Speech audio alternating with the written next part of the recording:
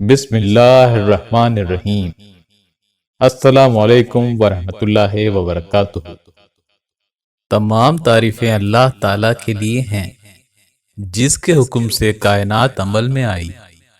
اسی نے زمان و مکان کو پیدا فرمایا، دن، مہینوں، سالوں اور وقت کی تقسیم فرمائی، اور ان میں سے ایک کو دوسرے پر فضیلت اور امتیازی حیثیت بخشی۔ اسلامی سال کے 12ویں اور آخری مہینے کو ذی الحج کہا جاتا ہے کیونکہ یہ مہینہ حج کے لیے مقرر ہے، اسی لیے اس کا نام ذی الحج پڑ گیا۔ اس مہینے کو عربی میں ذی الحج یا ذو الحج کہا جاتا ہے۔ ذی الحج 2 لفظوں کا مجموعہ ہے جس کے معنی قمری سال کے آخری مہینے اور حج کے مہینے کے آتے ہیں۔ اس مہینے کو ذی الحج کہنے کی 2 وجوہات ہیں۔ پہلی وجہ یہ کہ الحجہ کے معنی ہے حج کرنا، چونکہ اس مہینے میں فریضہ حج ادا کیا جاتا ہے، اس لیے اسے ذی الحج کہا گیا ہے۔ اور دوسری وجہ یہ کہ الحجہ کے معنی سال کے بھی آتے ہیں، چونکہ اس ماہ کے اختتام پر ایک ہجری سال مکمل ہو جاتا ہے، اس لیے اسے ذی الحج کہا گیا ہے۔ ذی الحج ان 4 حرمت والے مہینوں میں سے ایک ہے جن کو اللہ تعالیٰ نے اشہر الحرم یعنی حرمت والے مہینے قرار دیا ہے۔ سورہ توبہ میں اللہ تعالیٰ کا ارشاد ہے، اللہ کے نزدیک مہینے گنتی میں 12 ہیں، یعنی اس روز سے کہ اس نے آسمانوں اور زمین کو پیدا کیا۔ کتاب اللہ میں سال کے 12 مہینے لکھے ہوئے ہیں، ان میں سے 4 مہینے ادب کے ہیں۔ یہی دین کا سیدھا راستہ ہے، تو ان مہینوں میں اپنے آپ پر ظلم نہ کرنا۔ حضرت ابو سعید خدری رضی اللہ تعالیٰ عنہ بیان کرتے ہیں کہ رسول اللہ صلی اللہ علیہ وآلہ وسلم نے ارشاد فرمایا کہ تمام مہینوں کا سردار ماہ رمضان ہے، اور تمام مہینوں میں حرمت والا مہینہ ذی الحج ہے۔ ماہ ذی الحج حج جیسی عظیم عبادت کا مہینہ ہے۔ اللہ تعالیٰ کا ارشاد ہے، حج کے مہینے معین ہیں جو معلوم ہیں۔ رسول اللہ صلی اللہ علیہ وآلہ وسلم نے ارشاد فرمایا، اسلام کی بنیاد 5 ستونوں پر قائم کی گئی ہے۔ ایک، اس حقیقت کی شہادت دینا کہ اللہ کے سوا کوئی معبود عبادت اور بندگی کے لائق نہیں، اور محمد صلی اللہ علیہ وآلہ وسلم اس کے بندے اور اس کے رسول ہیں۔ دوسرے، نماز قائم کرنا۔ تیسرے، زکوٰۃ ادا کرنا۔ چوتھے، حج کرنا۔ 5ویں، رمضان کے روزے رکھنا۔ اشہرم معلومات 3 ہیں، جن میں سے پہلا شوال اور دوسرا ذی القعدہ اور تیسرا ذی الحج کے 10 دن ہیں۔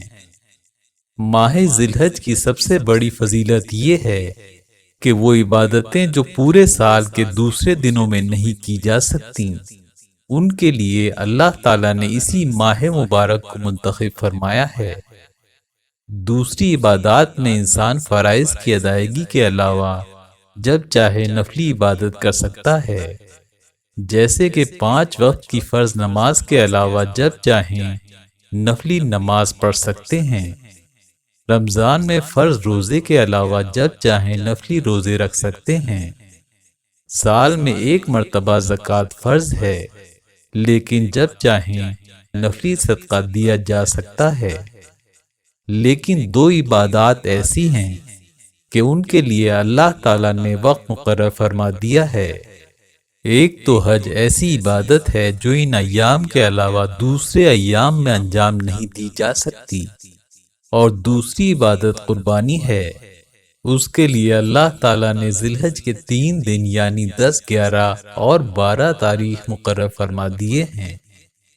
روایت میں آیا ہے کہ اللہ تبارک و تعالیٰ ملائکہ کے سامنے فخر کرتے ہوئے فرماتا ہے کہ اے میرے فرشتوں، میرے بندوں کو دیکھو، وہ کس طرح ہر گہری وادی سے پراگندہ بال اور گرد و غبار میں لت پت ہو کر آ رہے ہیں تاکہ وہ میری برکت اور قرب حاصل کریں۔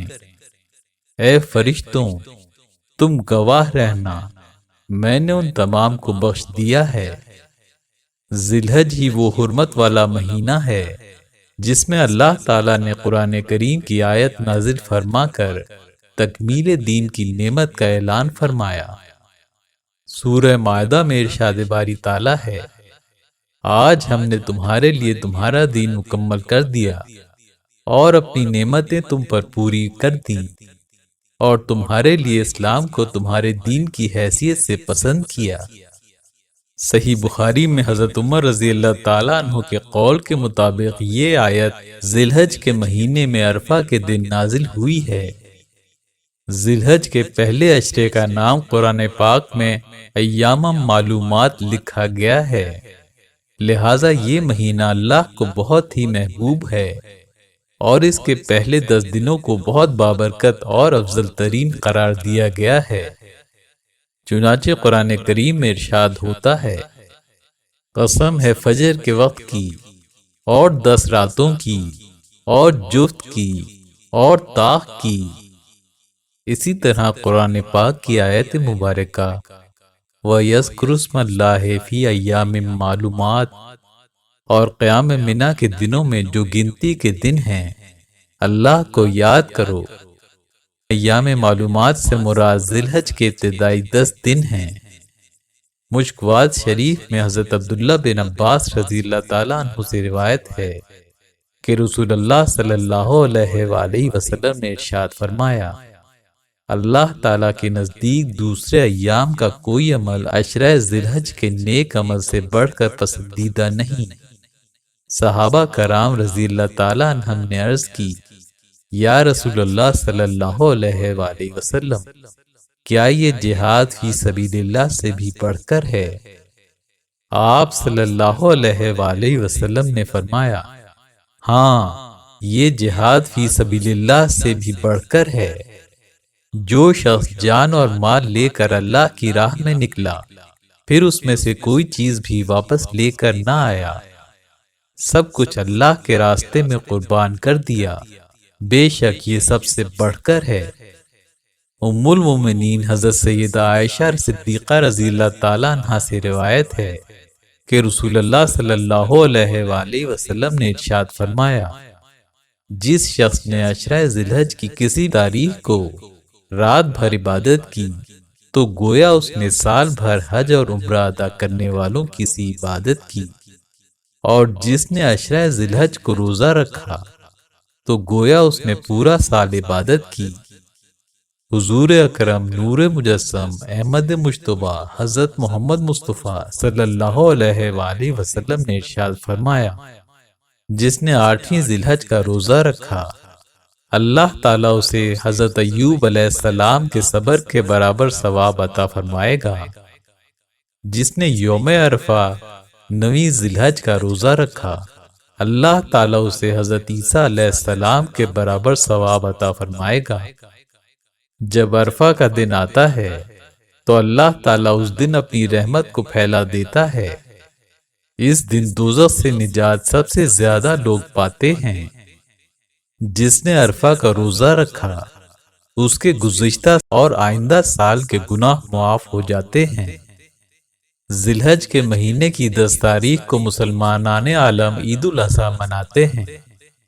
حضرت انس رضی اللہ تعالیٰ عنہ سے روایت ہے کہ رسول اللہ صلی اللہ علیہ وآلہ وسلم مدینہ تشریف لائے تو دیکھا کہ اہل مدینہ کے لیے سال میں 2 دن ہیں جن میں وہ کھیلتے کودتے ہیں، تو آپ صلی اللہ علیہ وآلہ وسلم نے پوچھا، یہ 2 دن کیسے ہیں؟ تو ان لوگوں نے کہا، جاہلیت میں ہم ان 2 دنوں میں کھیلتے کودتے تھے۔ تو آپ صلی اللہ علیہ وآلہ وسلم نے فرمایا، اللہ تعالیٰ نے تمہیں ان 2 دنوں کے عوض ان سے بہتر 2 دن عطا فرما دیے ہیں، ایک عید الاضحیٰ کا دن اور دوسرا عید الفطر کا دن۔ حضرت معاذ بن جبل سے مروی ہے کہ نبی کریم صلی اللہ علیہ وآلہ وسلم نے فرمایا، جس شخص نے ذکر و عبادت کے ذریعے 5 راتیں زندہ رکھیں اس کے لیے جنت واجب ہو گئی۔ وہ 5 راتیں یہ ہیں، 8 ذی الحج کی رات، عرفہ کی رات، بقر عید کی رات، عید الفطر کی رات اور 15ویں شعبان کی رات۔ حضرت ابو امامہ رضی اللہ تعالیٰ عنہ سے مروی ہے کہ رسول اللہ صلی اللہ علیہ وآلہ وسلم نے ارشاد فرمایا کہ جو شخص دونوں عیدوں کی راتوں کو اللہ تعالیٰ سے ثواب کی امید رکھتے ہوئے عبادت کرے، اس کا دل اس دن مردہ نہیں ہوگا جس دن لوگوں کے دل مردہ ہوں گے۔ ماہ ذی الحج میں پیش آنے والے اہم واقعات یہ ہیں: اس ماہ کی پہلی تاریخ کو خاتون جنت حضرت فاطمہ الزہرا رضی اللہ تعالیٰ عنہا کا نکاح شیر خدا حضرت علی مرتضی رضی اللہ تعالیٰ عنہ کے ساتھ ہوا، اور اسی ماہ کی 28ویں تاریخ کو سیدنا حضرت علی رضی اللہ تعالیٰ عنہ مسند خلافت پر بیٹھے تھے۔ حضرت عثمان غنی رضی اللہ تعالیٰ عنہ کی شہادت بھی ذی الحج کے مہینے میں واقع ہوئی۔ اللہ تعالیٰ نے حضرت موسیٰ علیہ السلام کو کتاب یعنی تورات دینے کے لیے کوہ طور پر پہلے 30 راتوں کا اعتکاف کرنے کا حکم فرمایا، اور پھر مزید 10 راتوں کا اضافہ فرما کر کل 40 راتیں مکمل ہونے پر انہیں تورات عطا فرمائی۔ ان 40 راتوں کے بارے میں منقول ہے کہ یہ 40 راتیں ذی القعدہ کے پورے مہینے اور ذی الحج کے پہلے عشرے پر محیط تھیں۔ چنانچہ امام ابن کثیر رحمۃ اللہ علیہ لکھتے ہیں کہ حضرت موسیٰ علیہ السلام کے اعتکاف کی مدت عید الاضحیٰ کے دن پوری ہوئی تھی، اور اسی دن آپ کو اللہ تعالیٰ سے ہم کلامی کا شرف نصیب ہوا تھا۔ حضرت عبداللہ بن عباس رضی اللہ تعالیٰ عنہ نے بیان کیا ہے کہ ذی الحج کے پہلے عشرے میں اللہ تعالیٰ نے حضرت آدم علیہ السلام کی توبہ قبول فرمائی اور ان کو اپنی رحمت سے نوازا۔ اس وقت وہ میدان عرفات میں تھے۔ اسی عشرہ ذی الحج میں حضرت ابراہیم علیہ السلام کو اللہ تعالیٰ نے اپنی دوستی سے نوازا اور اپنا خلیل یعنی دوست بنایا۔ حضرت ابراہیم علیہ السلام نے اپنا مال مہمانوں کے لیے، اپنی جان آتش نمرود کے لیے اور اپنے فرزند حضرت اسماعیل علیہ السلام کو قربانی کے لیے پیش کیا، اور اسی عظیم قربانی کی یاد میں ہر سال 10 ذی الحج کے دن تمام امت مسلمہ عید الاضحیٰ کا تہوار مناتی ہے۔ اسی عشرے میں حضرت ابراہیم علیہ السلام نے کعبۃ اللہ کی بنیاد رکھی۔ اسی عشرے میں حضرت داؤد علیہ السلام کی لغزش معاف کی گئی۔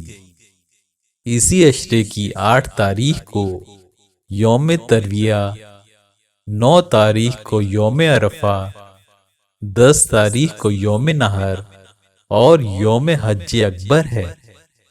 آخر میں اللہ تعالیٰ سے دعا ہے کہ تمام مسلمانوں کو ماہ ذی الحج کے فیضان سے مالا مال فرما اور کثرت سے اس ماہ مبارک میں نیک اعمال کی توفیق عطا فرما۔ آمین۔ امید ہے ویڈیو آپ کو پسند آئی ہوگی۔ پسند آنے کی صورت میں لائک اور شیئر ضرور کیجیے۔ ہماری نئی آنے والی تمام ویڈیوز سب سے پہلے دیکھنے کے لیے ہمارا چینل سبسکرائب کیجیے اور بیل آئیکن پر کلک کیجیے تاکہ ہماری نئی آنے والی تمام ویڈیوز سب سے پہلے آپ تک پہنچ سکیں۔ اللہ حافظ۔